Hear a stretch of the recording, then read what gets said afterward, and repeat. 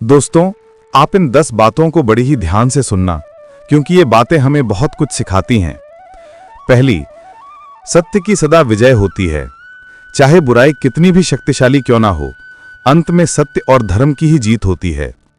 दूसरी, अहंकार का नाश निश्चित है। रावण जैसे विद्वान भी अपने अहंकार के कारण नष्ट हो गए, इसलिए हमें विनम्र और सरल बने रहना चाहिए। तीसरी बात, धैर्य और संयम सबसे बड़ी ताकत है। भगवान राम ने कठिन परिस्थितियों में भी धैर्य और संयम नहीं छोड़ा और विजय प्राप्त की। चौथी बात है, बुराइयों को जलाना ही असली विजय है।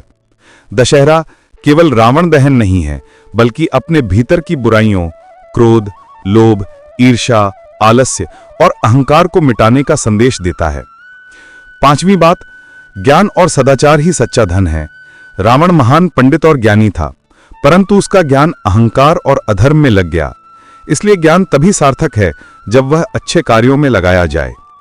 छठी बात, एकता में शक्ति है। राम, लक्ष्मण, हनुमान और वानर सेना ने मिलकर असंभव को संभव कर दिखाया। जीवन में साथ मिलकर कार्य करना हमें विजय दिलाता है। सातवीं बात है, नारी का सम्मान करना सबसे बड़ा धर्म है। सीता माता के अपमान ने ही रावण का सर्वनाश किया। यह हमें सिखाता है कि स्त्री का सम्मान करना अनिवार्य है। आठवीं बात, धर्म मार्ग कठिन है, पर विजय श्री उसी की होती है। राम का जीवन त्याग और कठिनाइयों से भरा रहा, लेकिन अंत में विजय उन्हीं की हुई। नवीं बात, त्योहार आत्मशुद्धि का अवसर है।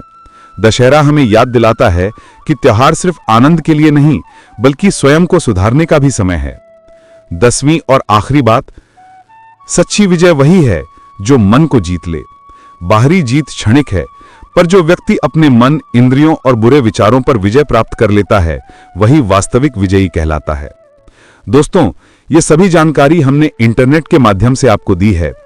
यदि इस वीडियो में कोई त्रुटि, गलती हो तो अपना छोटा भाई समझकर माफ कर देना। आप सभी का बहुत बहुत धन्यवाद।